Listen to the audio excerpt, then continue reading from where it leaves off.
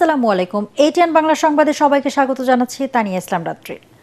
ওসমান হাদির খুনিদের এখনো ধরতে না পারার ব্যর্থতার দায় নিয়ে পদত্যাগ করতে চান না স্বরাষ্ট্র উপদেষ্টা জাহাঙ্গীর আলম চৌধুরী। ওই ঘটনায় মূল অভিযুক্ত ফয়সাল করিমকে গ্রেপ্তারে সর্বোচ্চ চেষ্টা চলছে বলেও জানান তিনি।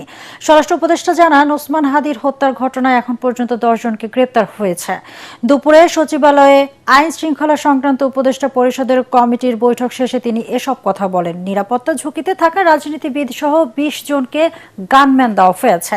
এছাড়া ময়মনসিংহে যুবককে পুড়িয়ে হত্যার ঘটনায় 10 জনকে গ্রেপ্তার করা হয়েছে বলেও জানান স্বরাষ্ট্র উপদেষ্টা। দেশে ফিরলে তারেক রহমানকে পর্যাপ্ত নিরাপত্তা দেওয়ার কথাও জানান জাহাঙ্গীর আলম চৌধুরী।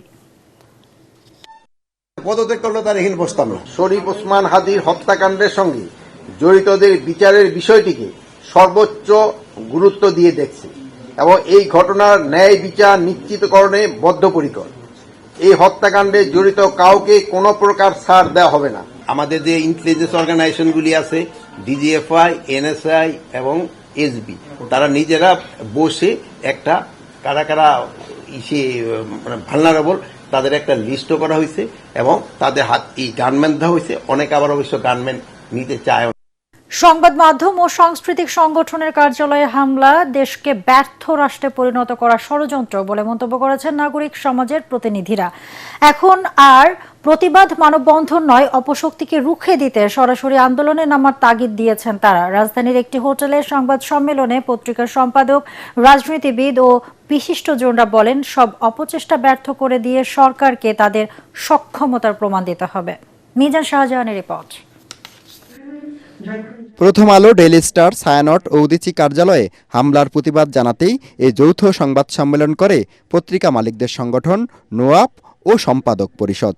এ সময় সংহত জানিয়ে বক্তব্য রাখেন শিক্ষক, সাংবাদিক, রাজনীতিবিদ, বুদ্ধিজীবী, ব্যবসায়ী, মানবাধিকার ও সংস্কৃতি কর্মীরা।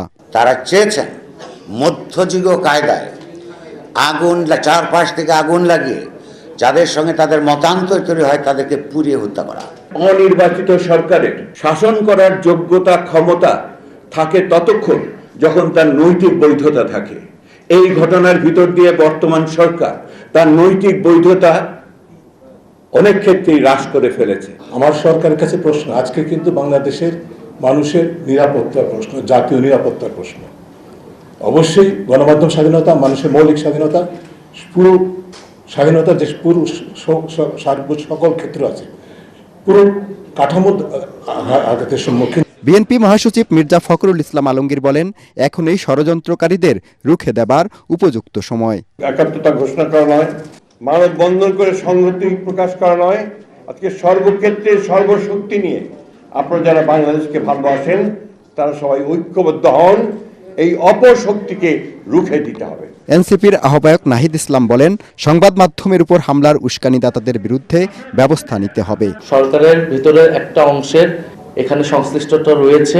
সমাজে এটার পক্ষে সম্মতি তৈরি করা হয়েছিল অনেকদিন ধরেই এবং এটার সাথে রাজনৈতিক ব্যাকআপও আছে। জুলাই গণ অভ্যুত্থানের নামে এই ধরনের কোনো কিছু আমরা বিন্দুমাত্র অ্যালাউ করব না। জামাতের সহকারী সেক্রেটারি জেনারেল এহসান মাহবুব জোবায়ের আশঙ্কা জানান, পতিত সরকার নির্বাচন বানচালে ষড়যন্ত্র করছে। ত্রয়োদশ জাতীয় সংসদ নির্বাচনকে ভণ্ডুল করার জন্য, প্রশ্নবুদ্ধ করার জন্য এই ধরনের একটি চক্রান্ত ষড়যন্ত্র হচ্ছে। পতিত স্বৈরাচার তার সমস্ত শক্তি নিয়ে এখনো সক্রিয় আছে। দেশে এবং বিদেশে সব জায়গা থেকে বসেই তারা এই সমস্ত কাজগুলো করছে।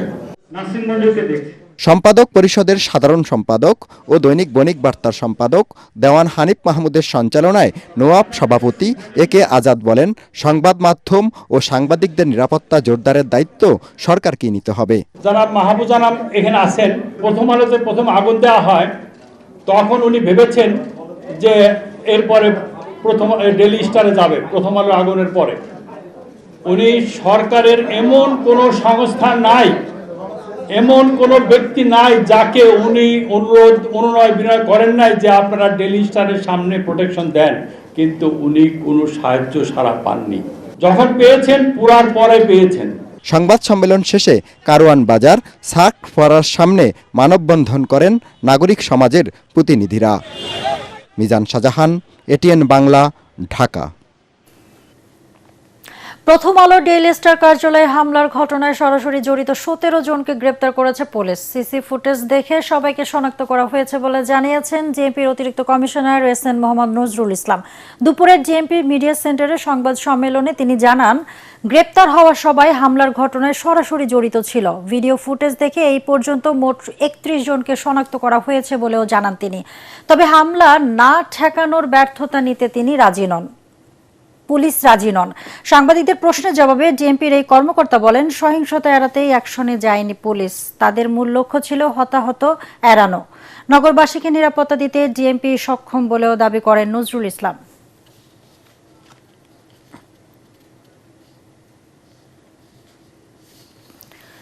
শহীদ ওসমান হাদি হত্যাকাণ্ডে সুষ্ঠু ও দ্রুত বিচার নিশ্চিতে আগামী 24 ঘন্টার মধ্যে বিচারিক ট্রাইব্যুনাল গঠনের দাবি জানিয়েছে ইনকলাব মঞ্চ। প্রয়োজনে আন্তর্জাতিক গোয়েন্দা সংস্থার সহায়তা নেওয়ার দাবিও জানিয়েছে সংগঠনটি।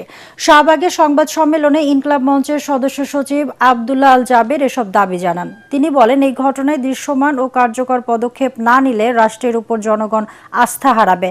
অভিযোগ করেন, ওসমান হাদির হত্যাকাণ্ডকে মূল আলোচনার বাইরে ঠেলে দেওয়ার অপচেষ্টা করা হচ্ছে। হাদির রক্তের সঙ্গে কোনো আপোষ করা হবে না বলে ওই সময় হুঁশিয়ারি দেন তিনি। এখন থেকে রাজপথে অবস্থান করবার ঘোষণা দিচ্ছি যে আমরা রাজপথ ছেড়ে যাচ্ছি না। ওসমান হাদির শপথ, তার রক্তের শপথ, তার খুনিদের গ্রেফতার হওয়া না পর্যন্ত এবং এই খুনিদের পেছনে যারা মদতদাতা রয়েছেন তারা গ্রেফতার না হওয়া পর্যন্ত আমরা রাজপথ ছাড়ছি না।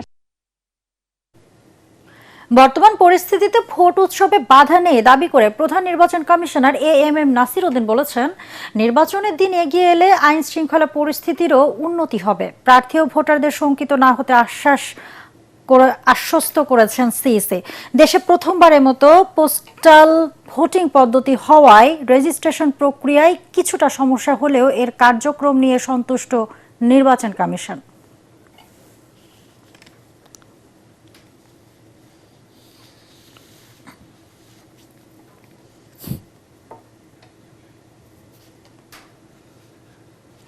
স্বাধীনতার ঘোষক শহীদ রাষ্ট্রপতি জিয়াউর রহমানের পররাষ্ট্রনীতি বহুদলীয় গণতন্ত্র ও গণমাধ্যমের স্বাধীনতা নীতিকে ধারণ করেই বাংলাদেশ এগিয়ে যাবে বলে মন্তব্য করেছেন বিশিষ্টজনরা।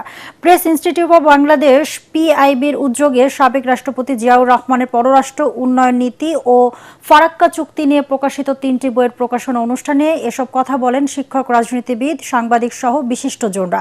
অনুষ্ঠানে বিএনপি মহাসচিব মির্জা ফখরুল ইসলাম আলমগীর বলেন, বাংলাদেশ যখনই জিয়াউর রহমানের দেখানো পথ থেকে সরে গেছে তখনই বিপর্যয়ে পড়েছে। জিয়াউর রহমানের নীতি আদর্শকে ধারণ করেই বিএনপি দেশকে এগিয়ে নেবে। সরকার ওসমান হাদির হামলাকারীদের শনাক্ত করতে ব্যর্থ হয়েছে বলে মন্তব্য করেছেন সাবেক উপদেষ্টা আসিফ মাহমুদ সজীব ভুঁইয়া। তিনি বলেন, নির্বাচনকে ঘিরে সব প্রার্থীর নিরাপত্তা নিশ্চিতের মাধ্যমে সরকারকে লেভেল প্লেইং ফিল্ড তৈরি করতে হবে। সকালে ঢাকা 10 আসনে স্বতন্ত্র প্রার্থী হিসেবে মনোনয়নপত্র সংগ্রহের পর আসিফ মাহমুদ এসব কথা বলেন। এ সময় সাংবাদিকদের প্রশ্নের জবাবে তিনি অভিযোগ করেন, একটি পক্ষ নির্বাচন বানচালের চেষ্টা করছে যারা আওয়ামী লীগকে ছাড়া নির্বাচন করতে চায় না। প্রতিটি ওয়ার্ডবাসীর সমস্যা সমাধানে কাজ করার অঙ্গীকারও করেন এই জুলাই যোদ্ধা।